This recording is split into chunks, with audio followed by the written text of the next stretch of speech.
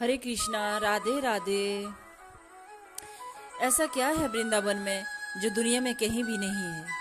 और ऐसा क्यों है कि ठाकुर जी वहीं रहना चाहते हैं? उन्होंने अपनी बातों में कहा है हमेशा, मैं दुनिया में हूँ या ना हूँ, लेकिन मैं वृंदावन में रहूंगा। बहुत अच्छा प्रसंग है, आप भी सुनिएगा जरूर। क्यों है वृंदावन से प्यार ठाकुर जी को? तो हुआ यूं, जब ठाकुर जी द्वारकाधीश बन गए, द्वारका में रहने लगे, द्वारका के राजा बन गए, तो उनकी पत्नियां सत्यभामा, रुक्मणी रोज जब वह उनके पास बैठती तो वो वृंदावन की बातें करते, गोकुल की बातें करते। रुक्मणी और सत्यभामा बड़ी परेशान हो गई। बोलते, जब भी हम ठाकुर के पास बैठते हैं तो बोलते हैं वृंदावन की बात, तो करते हैं वृंदावन की बातें, गोकुल की बातें। मेरा गोकुल ऐसा, मेरा वृंदावन वैसा, मेरा ऐसा, मेरा वैसा, मेरा बचपन ऐसे बीता, मेरा बचपन वैसे बीता। बोर हो गई थी। तो उन्होंने पूछा, ऐसा क्या है वहां कि हर्ष में वृंदावन की बात, गोकुल की बात, क्या खास है वहां? इस बात पर ठाकुर हम हमेशा की तरह मुस्कुराए। और हुआ यूं कि एक दिन ठाकुर के पेट में दर्द हुआ, उनको पीड़ा हुई। जब ठाकुर के पेट में दर्द हुआ, द्वारकाधीश के पेट में दर्द हुआ, तो चारों तरफ बेचैनी हो गई। जल्दी से वैद्य को बुलाया गया। वैद्य आए, वैद्य ने देखा कोई असर नहीं हुआ। रुक्मणी, सत्यभामा सब परेशान हो गए। ठाकुर को पेट में पीड़ा हो रही थी। बाहर के वैद्य बुलाए गए, दूसरे वैद्य बुलाए गए, दूर दूर से वैद्य बुलाए गए। कोई ऐसी दवाई नहीं थी जिससे ठाकुर का दर्द कम हो जाए, पीड़ा कम हो जाए। पर कुछ नहीं हुआ, अभी भी ठाकुर के पेट में दर्द हो रही थी। सब बड़े परेशान हो गए।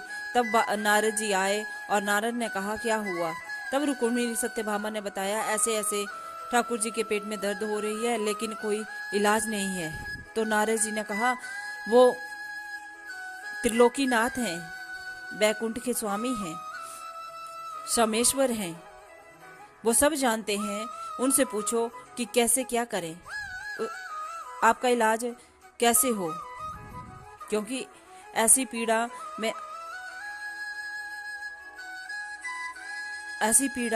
नहीं देखी जा रही है। ठाकुर मुस्कुराए और बोले, कोई सच्चा एक ऐसा भक्त जो अपने पैरों की धूल मुझे देखकर मैं उसकी फाकी लूंगा तो मेरे पेट का दर्द ठीक हो जाएगा। तो मुझसे सबसे ज्यादा प्यार करने वाला कौन है यहाँ पे? जो मुझसे सबसे ज्यादा प्यार करता है, मैं उसके पैरों की धूल लूंगा और उसके फाकी लूंगा तो मेरा पेट का दर्द ठीक हो जाएगा। तो ठाकुर बोले, रुक्मणी बोली, सत्यभामा तुम तो मेरी प्रिय पत्नियां हो, सबसे ज्यादा प्यार तो तुम मुझे करती हो, तो मुझे अपने पैरों की धूल दे दो। सत्यभामा और रुक्मणी घबरा गई और बोली, नहीं स्वामी, ऐसा कैसे हो सकता है? ऐसे कैसे हम आप अपने पैरों की धूल दे दें, वो भी अपने पति को, परमेश्वर को? कैसे कर सकते हैं? ऐसा नहीं होगा, ये पाप हमसे, हम नरक के भागी नहीं बनेंगे। महामंत्री भी ठाकुर को बहुत प्यार करते थे। महामंत्री को बोला गया, उन्होंने भी मना कर दिया, मैं क्यों ऐसा करूं, मैं क्यों नरक को भोगूं? मैं अपने स्वामी को कैसे अपने पैरों की धूल दे सकता हूँ? महल में सबने मना कर दिया। चारों तरफ ढोल नगारे बजाए गए कि कौन है सबसे ज्यादा प्रेम करने वाला, उसके पैरों की धूल चाहिए। पर कोई भी नहीं, सबने मना कर दिया। ठाकुर की पीड़ा जो है बढ़ती जा रही है। किसी को कुछ समझ नहीं आ रहा है। ऐसा कोई भक्त नहीं है जो अपने पैरों की धूल दे सके। सब परेशान बैठे हैं। तब नारद जी आते हैं और नारद जी ने पूछा, है कोई इलाज? तो सत्यभामा और रुक्मणी ने बोला कि ऐसा इलाज बता रहे हैं, वो संभव नहीं है। उन्होंने कहा, कोई सच्चा भक्त जो अपने पैरों की धूल दे सके। द्वारका में हमने सबसे कहा, लेकिन सब ने मना कर दिया। ऐसा हो ही नहीं सकता। कौन नरक में जाना चाहता है? कोई नहीं। कौन देगा अपने पैरों की धूल? ठाकुर जी को, परमेश्वर को, भगवान जी को, कृष्णा को कोई नहीं देगा। आप पाप नहीं करना चाहते, किसी के बस की बात नहीं है। नारद जी ने कहा, एक बार गोकुल या वृंदावन में जाकर देखो, हो सकता है वहां पर कोई ऐसा प्रेमी होगा जो इस बात के लिए तैयार होगा। ये कहा कि मंत्री जी अपने रथ पर निकल गए वृंदावन और गोकुल को। यहाँ गोपियां जो है वो कपड़े धो रही थी गोकुल में। उन्होंने देखा कि दूर कोई रथ आ रहा है, और जब उनको एहसास हुआ कि ये द्वारका का रथ है, तो इसमें तो ठाकुर होंगे, हमारे कृष्णा होंगे। तो सबको लगा कि कान्हा आ गए, कृष्णा आ गए। सब चिल्ला पड़ी, खुशी से झूम उठी, नाच रही थी कि हमारा लल्ला आ गया, कृष्णा आ गया। कोई बोल रही है, देखो वो कालिया लौट आया, मना करता था कि नहीं आऊंगा। अरे वो नटखट आ गया। जब रथ पास पहुंचा तो देखा कि ये कान्हा, कि उसमें कान्हा नहीं है, यहाँ तो महामंत्री हैं। गोपियां बोलती, वो छलिया कहाँ है वो नटखट, कहाँ है वो कान्हा, मेरे कृष्णा कहाँ है, बताओ। बरस बीत गए, उनकी सूरत देखी नहीं, कहाँ है वो। महामंत्री देखते ही रह गए। इस तरह से द्वारकाधीश को कोई नहीं बुलाता। महामंत्री बोले, मैं इसीलिए आया हूँ क्योंकि उनके पेट में बहुत दर्द है, इतनी पीड़ा है कि उसका इलाज सिर्फ।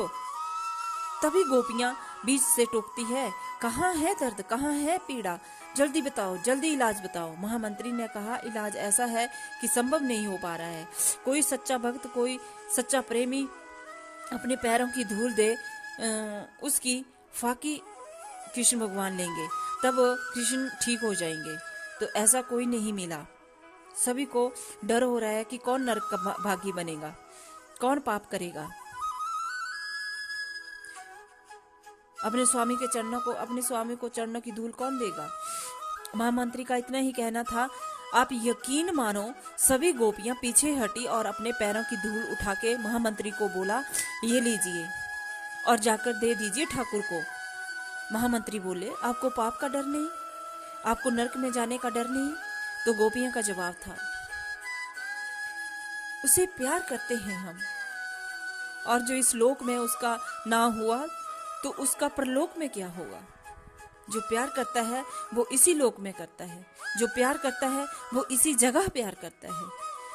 अरे ये लोक किसने देखा और परलोक किसने देखा, क्या पता कैसा है नरक, कैसा है स्वर्ग, क्या भोगना है क्या नहीं भोगना।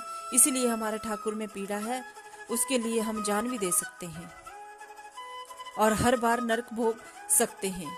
तो ये धूल ले जाओ और ठाकुर जी को दे दो। महामंत्री की आंखों में आंसू आ गए, इतना प्रेम उन्होंने देखा ही नहीं। महामंत्री जाने लगे और बोले, आपका सबका धन्यवाद। तो गोपियां चिल्लाई, कह देना उस कालिए को बहुत याद करते हैं हम, कह देना उस कान्हा को बहुत प्यार करते हैं हम। और महामंत्री ने धूल ली और जाकर ठाकुर जी को दी। ठाकुर जी ने फाकी ली और तुरंत दर्द ठीक हो गया। तो ठाकुर जी ने सत्यभामा और रुक्मिणी को कहा, देखा आपने, आप सबने देखा, इसीलिए मैं प्यार करता हूँ वृंदावन को, इसीलिए प्यार करता हूँ मैं वृंदावन को, अपने गोकुल को। इतना प्यार है मुझे इतना प्यार मुझे इन तीन लोकों में कहीं नहीं मिला जितना मुझे वृंदावन और गोकुल में मिला है। जय श्री राधे, जय श्री कृष्ण।